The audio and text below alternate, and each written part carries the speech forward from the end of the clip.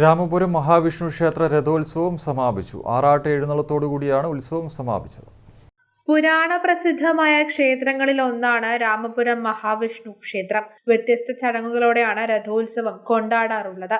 വടക്കേ മലബാറിൽ രഥോത്സവം നടക്കുന്ന ഏക ക്ഷേത്രം കൂടിയാണിത്. ശനിയാഴ്ച ആറാട്ട് എഴുന്നള്ളത്തോടു കൂടിയാണ് ഉത്സവത്തിന് സമാപനമായത്. വെള്ളിയാഴ്ച രാത്രി പല്ലക്കെഴുന്നള്ളിപ്പ്, ശ്രീഭൂതബലി, പള്ളിവേട്ട തുടങ്ങിയ ചടങ്ങുകളും നടന്നു. ഉത്സവത്തിന്റെ പ്രധാന ചടങ്ങാണ് പള്ളിവേട്ട. ഭഗവാന്റെ തിടമ്പുമായി പുറത്തുപോയി വേട്ടയാടി തിരിച്ചു വരുന്നതാണ് ചടങ്ങ്.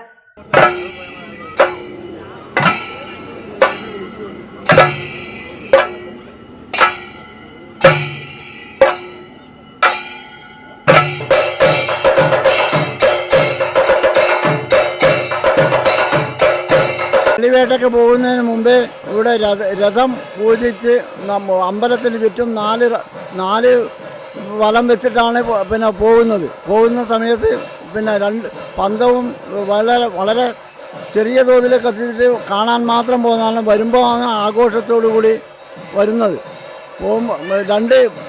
തിരിച്ചു വരുമ്പോൾ പന്നിനെയും കൊണ്ട് 2 കാട്ടാളന്മാർ ഉണ്ടാവും. പിന്നെ പല വേഷങ്ങളും ഉണ്ടായിരിക്കും. ക്ഷേത്രകുളത്തിലാണ് ആറാട്ട് നടന്നത്. നിരവധി ഭക്തജനങ്ങളാണ് ചടങ്ങിന് സാക്ഷികളായത്.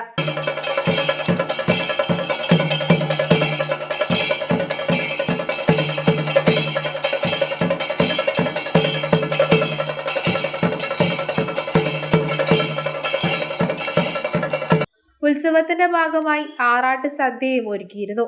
7 ദിവസങ്ങളിലായി നടന്ന ഉത്സവത്തിനാണ് സമാപനമായത്. News bureau, Pazhayangadi.